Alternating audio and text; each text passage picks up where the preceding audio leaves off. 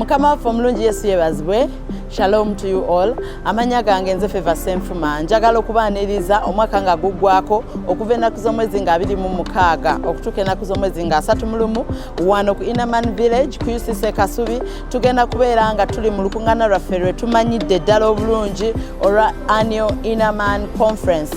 Olukuŋŋaana lw'omwaka guno lulina omutwe gwavudde mu Befeso 3:16 okugamba nti okunywezebwa muntu wo ow'omunda. Ababulizi bangi bagenda kutwegattako naye njagala okugamba nti omwoyo omutukuvu agenda kubeerawo nga tuyingiza omwaka omujja. Ate era ekirala kyenjagala okukubiriza ennaku z'omwezi nga 31 kigenda kubeera kiro kya kuyita mu mwaka omukadde ate nga tuyingira omwaka omujja. Njagala okubaaniriza mikwano gyange abava ewala abagenda okusulawo jangu n'emitwalo 4 ate abava wano okumpi jangu n'emitwalo 2. Tubalinze ku InnerMan village Kasubi. Mukama abawe omukisa. Shalom. Come and be a part of the InnerMan Conference 2022. Do not miss.